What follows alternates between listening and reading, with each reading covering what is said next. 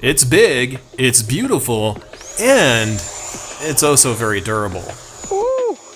Hey there, I'm John, this is Two Brothers RC, and this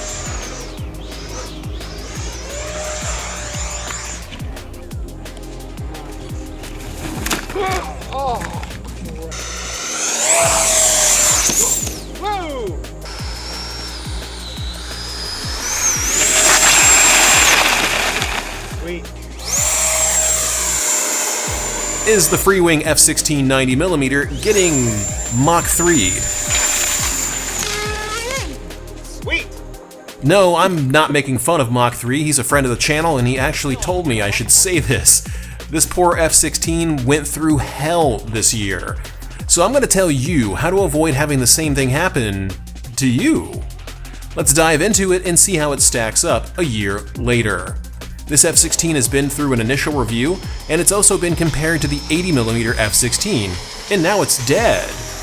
But I got a lot of footage of it flying, so we can at least still finish this video. Let's start by giving you my actual opinion of the Freewing F-16. I think this is the best and definitive F-16 that you can get at the moment in the 80 to 90mm class range, but it's got its drawbacks.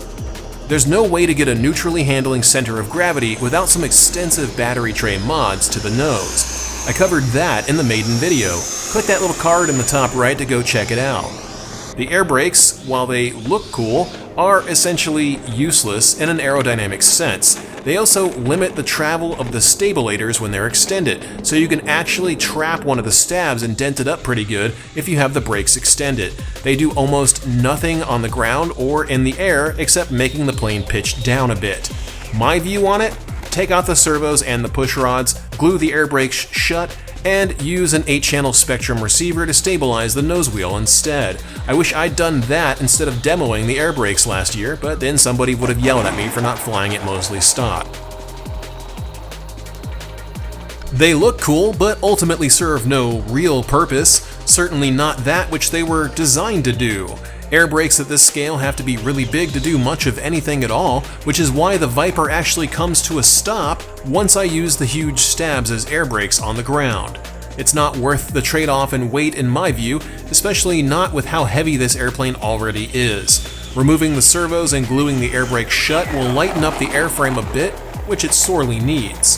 However, that's just my opinion. Now that we've covered the downsides of the air brakes, let's talk about post-stall maneuvering. I know that it's not everyone's cup of tea, but this is a fighter jet, and you can make it fly like one if you shift the CG aft about 40mm behind the marks, like I recommend. I also highly recommend that you use a stabilized AS3X Plus receiver and tie your throttle position to your gains to make that aggressive center of gravity flyable, similar to how the full-scale Viper has 3 triple redundant flight computers, making it fly at its chosen center of gravity, too. There's a couple of ways that the Viper will bite you. Let's cover the first, which is trying to do a flat spin and not remembering to turn the gyro off on the recovery. This is one of the only times where someone nagging you about how gyros are bad are actually right for once in their life. Gyros are bad if you're doing post-stall flying and you don't remember to disable the gyro before trying to recover from it. That's what caused the flat spin crash back in March. The downside of being reliant on a gyro to keep an unstable aircraft flying is that you need to know when the gyro is going to fuck up your plane. So how do you tell? When you're spinning like this, you can watch the stabs fluttering in opposition to what I'm telling the jet to do, which is f***ing recover. But because I hadn't given enough stick input to override the gyro, it thought that I wanted to keep spinning, and that's why I crashed. The second time I tried this maneuver, I disabled it prior to trying to recover, and it came out just barely above the grass.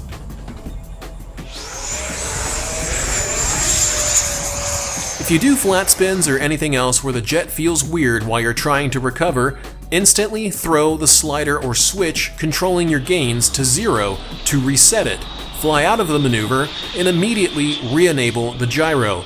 Otherwise, the opposite problem happens where you crash because you're flying tail heavy. The second way the Viper bites is from an accelerated stall.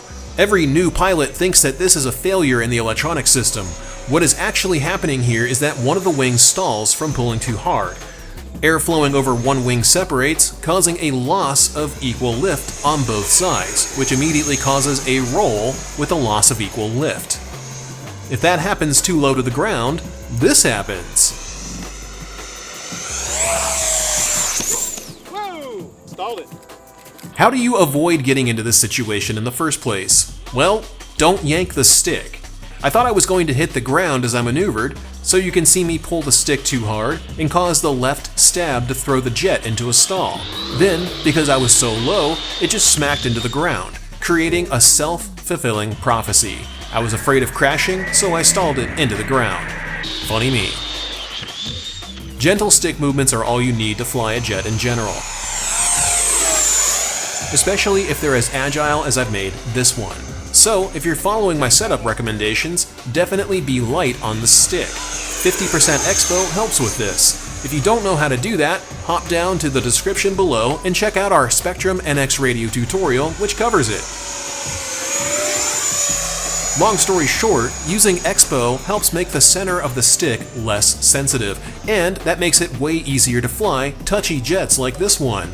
Also, using 100 priority in forward programming on roll and pitch makes both axes feel less sensitive and gives more control to the gyro, making it fly way more scale-like than any gyro hater ever could. F-16s being flown nose-heavy are not scale. Fight me in the comments below if you think otherwise, because you're objectively wrong.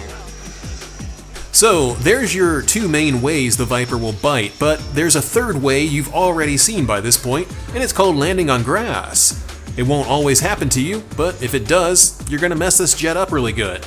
Vipers have narrow gear, which makes them very susceptible to being tipped over, otherwise known as ground looping. If you hit a bump, or you grab the grass the wrong way, or if the aviation gods decide that you need to pay a foam sacrifice, your F-16 is gonna flip over. This isn't really a big deal on pavement because it just slides and scrapes a bit.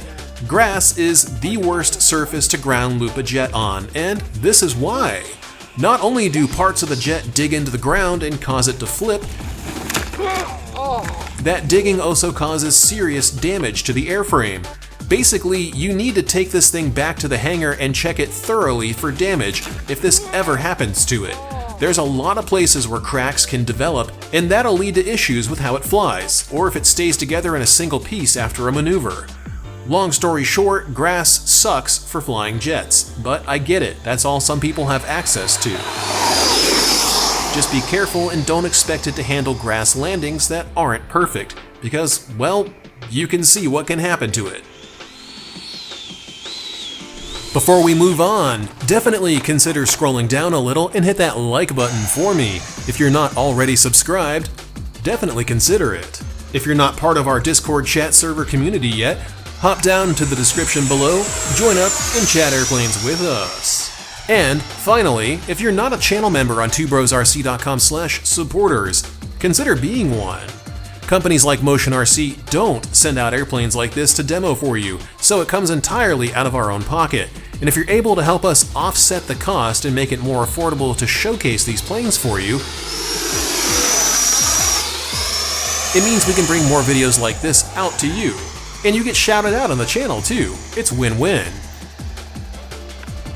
As I mentioned in the E-flite 80 versus Freewing 90 vid, linked in the card at the top right, this is the best performing Viper at this scale. If you don't have one, you're completely missing out. The way it carves lines through the air is almost peerless. It's a great flying jet, it's just very heavy for what it is. You can alleviate some of that weight by removing the air brake servos and gluing the brakes shut, but ultimately, you've got to live with it because for some reason, Freewing just keeps making everything heavier. That's great for scale details and gimmicky little knickknacks and whatnot, not so great for thrust-to-weight ratio on a 6-cell setup. A year later, this jet continues being the best F-16 in its size and class. The E-flite 80mm comes really close, but it ultimately falls just short of what the 90 can do, though it does high alpha, both inverted and upright, way better. The 90 isn't perfect by any stretch of the imagination. I wish it was less heavy, which would give it an even better thrust-to-weight ratio. I also wish it didn't need an 8-cell setup to really perform. which of course adds even more weight to the airframe and makes it a little bit more sluggish in some post-stall maneuvers. However, it tracks amazing in the sky, carving very clean lines, and the stabilators really benefit from being upgraded to AGFRC B24 CLM units. I had a spare set of 25-tooth servo arms laying around, made of metal, so I was able to get full throw out of the upgraded servos. But unfortunately, the ones that I bought haven't been sold in a while, so the ones linked in the description below should work well, and because they're metal, you should have zero issues throwing this thing around with them. As always, I highly suggest that you fly SMC batteries on this jet. 5900 HV2 packs are perfect for the 6-cell setup, or a pair of 4900 HV2s work great in the 8-cell configuration. If you can't get SMC in your country, fret not. A perfectly acceptable substitute would be CNHL 6000 packs or the new Bolt HV packs from Hobby King, both of which are linked below if you'd like to try them out. Neither of them really has the same level of punch that the SMC packs do, but honestly, I don't think most people are going to notice, and it's nice to have other options for HV packs out there from Hobby King. Huge thanks goes out to our channel members on twobrosrc.com/supporters, and a very special thanks goes out to our mega fans, Sarasota RC Squadron, Michael Smith, JR Man, Todd, and the newcomer, N411X, along with our Ultra fans, Seahawk92 and TBRC fan. You guys, as always, kick so much ass, and I always read your name out every single week. Coming up soon will be the Flyfans SU-27 Flanker Twin 64mm. This one was donated to the channel by a great friend of mine, and it's way more capable than you've been led to believe. See you guys next week.